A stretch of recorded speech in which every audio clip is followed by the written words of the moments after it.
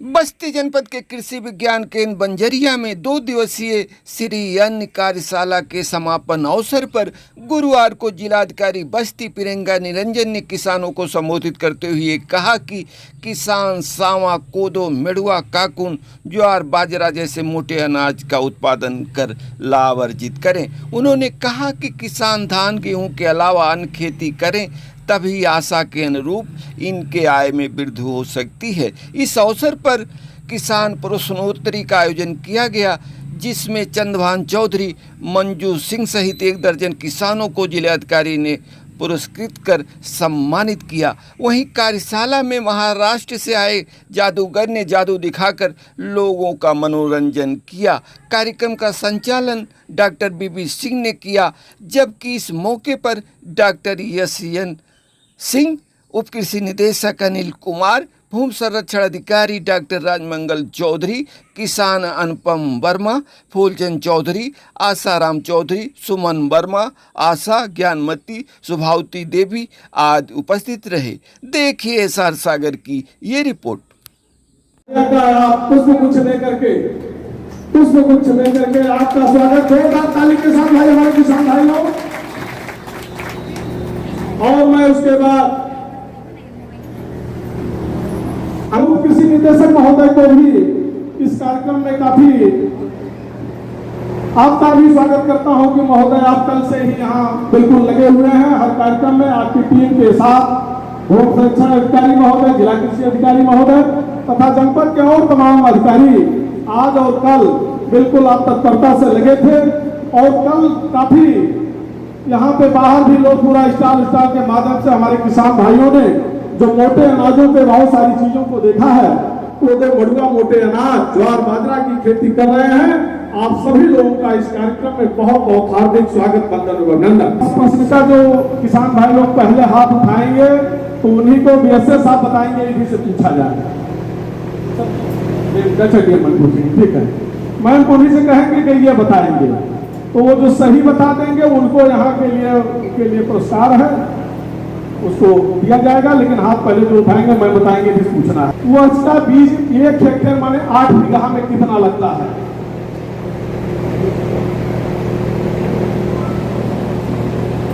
मैं बताएंगे, मैंने बताया नहीं, जब मैं कहेंगे वो बताएगा। महिला बताएंगी, कोई महिला के लिए है, मैं बताएंगे कोई महिला बताएंगी। मड़ुआ का बीज 1 हेक्टेयर में कितना लगता है? 8 बीघा में। महिलाओं के लिए एक थोड़ा सभी के लिए है कि आपको एक बुकलेट दी गई है, देखिए है नहीं, आप निकाल लें उसको। मड़ुआ का बिया 8 बीघा में कितना लगे? 1 बीघा का ही बता दें आप लोगों में से कोई जो है। सही, पानी बताइए भाई लोग का। वहीं से नाम बोल दीजिए।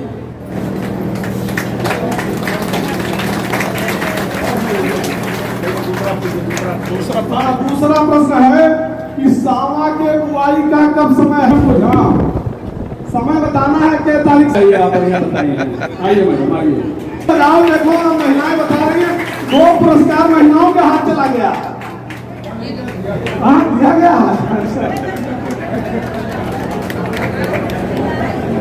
चलिए, तीसरा प्रश्न है 8 बीघा में 1 हेक्टेयर में कितना लगता है?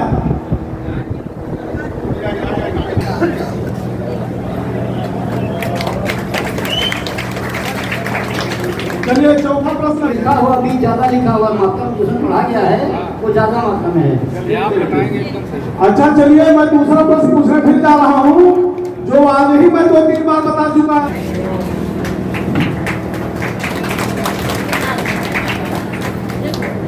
चलिए, धन्यवाद भैया, बहुत बहुत। आप लोग ये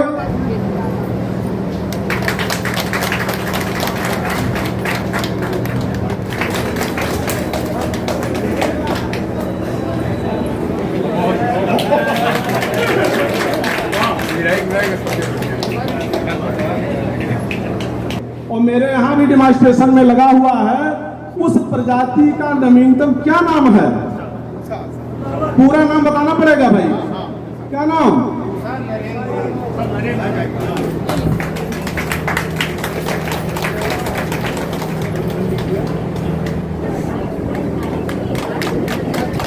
जोरदार ताली भाई। लेकिन ये बता देना मैं बहुत जरूरी समझता हूँ कि वास्तव में कोई जादू नहीं होता है।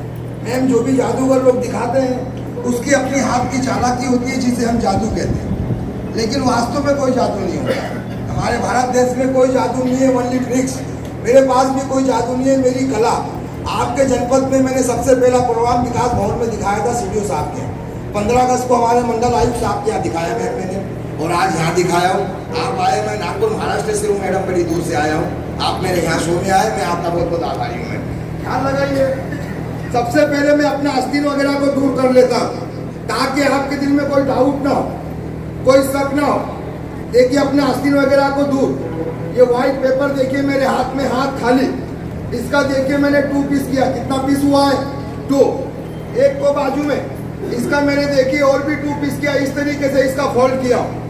इस पे मैजिक करता हूँ, देखिए बिल्कुल गायब। 1 2 और 3। जरा सा इधर मसल देता हूँ और जरा सा इधर। चलो गिरना नहीं। जो पेपर देख रहे हैं दोबारा खोल देता हूँ। Fold, ready, come on. तालियां बजाती है। लेकिन मैम ऐसा पैसा जादू से नहीं बनता है। इस वर्ष के 2 दिवसीय क्षमतावर्धन कार्यशाला के शुभ अवसर पे आज के इस कार्यक्रम के मुख्य अतिथि हमारे जनपद की लोकप्रिय जिलाधिकारी महोदया, आप आए और अपना आशीष वचन हम लोग को देने का कष्ट करें। जनपद की लोकप्रिय जिलाधिकारी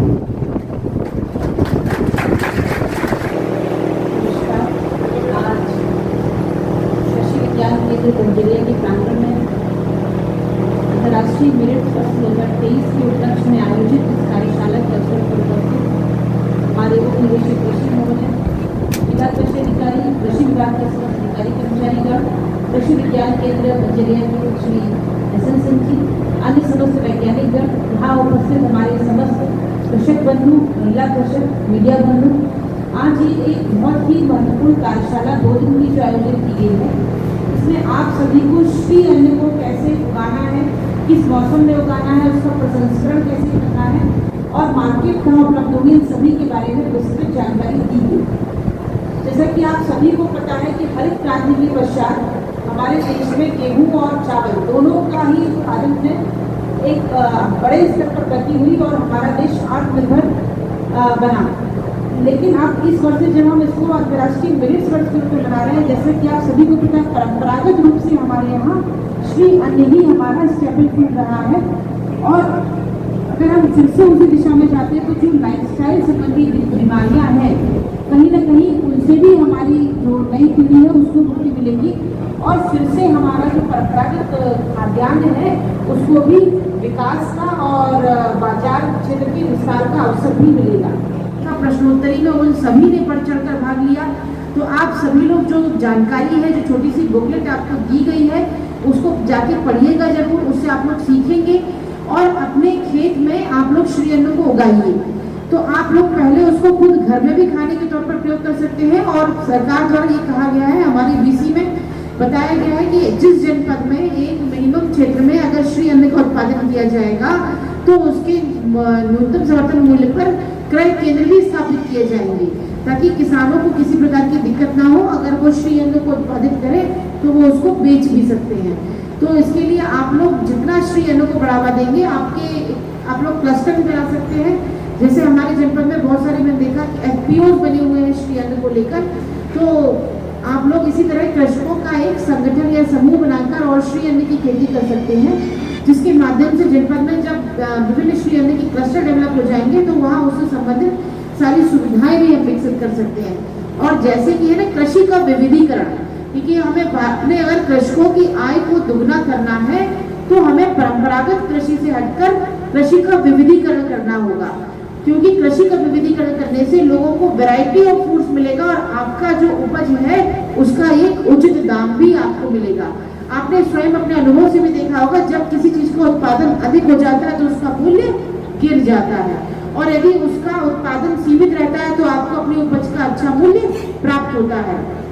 इसी तरह से यदि सभी लोग एक ही गेहूं या चावल धान का उत्पादन करेंगे तो उत्पादन ज्यादा और नेचुरली उसका मूल्य सीमा तक ही बढ़ेगा। लेकिन अगर आप लोग वैरायटी ऑफ फसलों का उत्पादन करेंगे, कोई मड़ुआ उगाएगा, कोई सावा उगाएगा, कोई धान उगाएगा, कोई, तो इस तरह से क्या होगा, आपकी हर उपज का मूल्य आपको एक अच्छा मिलेगा और आपकी आय में भी वृद्धि होगी। और जो ये आपका परंपरागत श्री अन्न है, ये ना केवल आपको वैरायटी में देगा, कृषि का विविधीकरण करेगा, बल्कि स्वास्थ्य की दृष्टि से भी ये बहुत लाभप्रद है। बताया गया है कि जो यहाँ हम लोग आप लोगों के लिए स्वास्थ्य की दृष्टि से लाभप्रद है। इसमें बहुत सारे पोषक तत्व होते हैं, इसमें फाइबर होता है, इसके साथ ही जो उसका अवशेष होता है उसको आपके जानवरों के लिए भी आप लोग प्रयोग कर सकते हैं। तो अभी कृषि विज्ञान केंद्र द्वारा विभिन्न तरह की कृषि को बढ़ावा दिया जा रहा है, चाहे प्राकृतिक खेती हो या फिर जो है आपकी ये ऑर्गेनिक एग्रीकल्चर हो। विभिन्न तरह के हम लोग FPO और क्लस्टर भी बना रहे हैं। तो उसमें आप लोग जितना नव प्रवर्तन करेंगे, कृषि के विकास के अवसर उतने अधिक आपको मिलेंगे। और अभी सरकार फार्म मशीनरी बैंक या विभिन्न माध्यमों से आपको विभिन्न प्रकार के कृषि यंत्र भी उपलब्ध कराती है कृषि उत्पादक संगठनों को। तो इसमें यदि आपको किसी तरह की सहायता की जरूरत हो कि आपको कैसे करना है, किस तरह से कृषि संगठन बनाना है, किन यंत्रों की जरूरत होगी, तो हमारा कृषि विभाग और कृषि विज्ञान केंद्र दोनों इसके लिए आपके सहयोग के लिए सदैव तत्पर है। आप लोग इस दिशा में निश्चित रूप से आगे बढ़िए। मेरी शुभकामनाएं आपके साथ है कि हम लोग बस्ती जनपद में इस अंतर्राष्ट्रीय मिलेट्स वर्ष के अवसर पर अच्छा प्रदर्शन करेंगे और हमारे जनपद से भी श्री अन्न के क्षेत्र में बहुत सारे अग्रणी किसान और महिला कृषक दोनों निकल कर आएंगे। इन्हीं शुभकामनाओं के साथ मैं अपनी बात को समाप्त करती हूँ। धन्यवाद जनपद की लोकप्रिय जिलाधिकारी महोदया। इसके बाद मैं आमंत्रित करता हूं जनपद के उप कृषि निदेशक महोदय को कि महोदया को प्रतीक चिन्ह भेंट करके आपका स्वागत करें।